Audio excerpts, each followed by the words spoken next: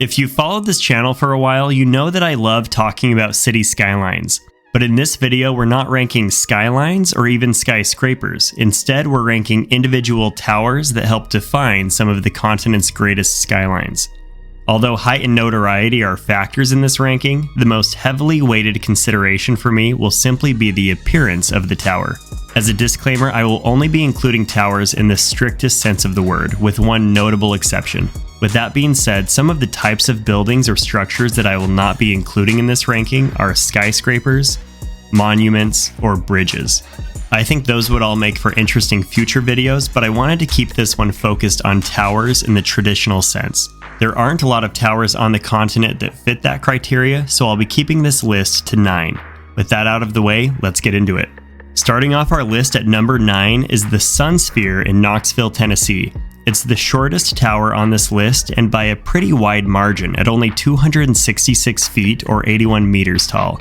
Although it's not the only tower to appear on this ranking that is topped with a ball, the gold color certainly makes it unique. As is the case with every tower I'll be mentioning on this list, the Sphere does have an observation deck. I visited Knoxville a few years ago, and the Sphere stands out as the city's most defining landmark. Next on our list at number 8 is the tallest structure in the San Antonio skyline, the Tower of the Americas. It was completed in 1968 for the World's Fair, and at a height of 750 feet or 229 meters, the Tower of the Americas was the tallest observational tower in the country until the Stratosphere in Las Vegas was completed in 1996. Although it's only in the 8th spot on this ranking, it is one of the 3 tallest towers on the continent. The tower in the 7th slot on this list may have the best view of any of them, and that is the Skylon Tower in Niagara Falls, Ontario. The Skylon Tower is the second shortest tower in this ranking at just 520 feet or 158 meters. As I mentioned before, it has perhaps the best view of any of the towers on this list, being that it's perched overlooking Niagara Falls. And although its height isn't as impressive as the upcoming towers we'll cover, it is tall enough to see a particular tower across Lake Ontario that may appear later on this list. Next up, we have another Canadian tower, the Calgary Tower. Calgary has one of my favorite skylines on the continent, and the Calgary Tower is one of the most eye-catching contributors to the city's appearance. At 626 feet or 191 meters in height, the Calgary Tower stands prominently within the cityscape, especially with its red color.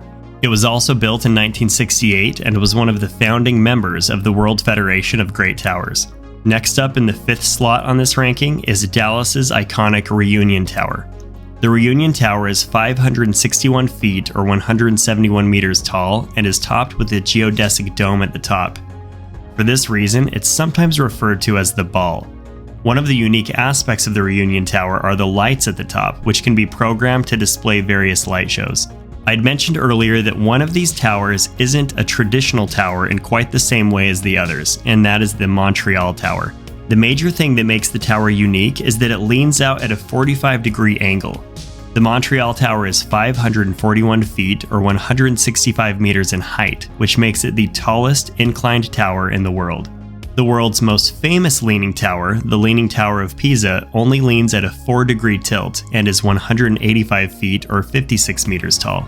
The Montreal Tower and Stadium are controversial for a variety of reasons, primarily related to the cost to maintain, but there is no denying that it's one of the most impressive and unique towers on the continent. Next up in our 3rd spot is the United States' tallest tower, the Strat.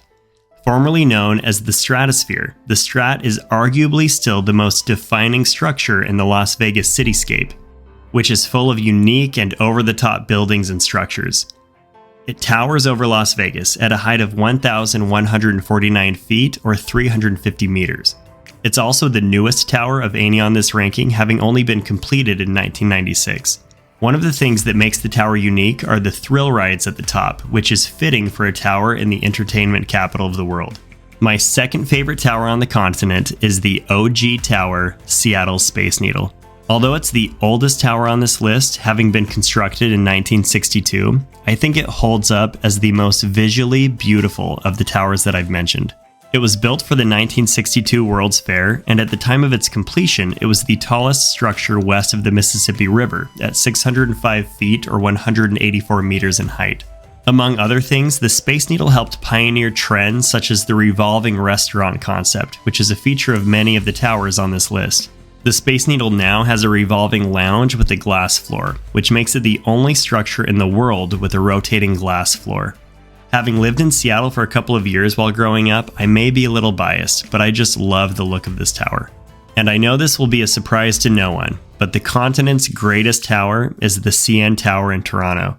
It's not only the tallest tower on this list, but I actually really love the powerful look of it as well. The CN Tower stands at an incredible 1,815 feet or 553 meters. It was the tallest freestanding structure in the world for over 30 years until that crown was taken by the Burj Khalifa in Dubai in 2007. It still holds the title, however, for the continent's tallest freestanding building or structure. The tower has several attractions, including a restaurant and what is called the Edge Walk, which is the world's highest circular hands-free walk. It's just an incredible tower and was an easy pick for me as the continent's greatest. Well, that does it for this ranking video. If you enjoyed the video, please give it a like, and if there was something you disagreed with, please let me know in the comments. And if you want to see more videos like this, consider subscribing. Thanks for watching.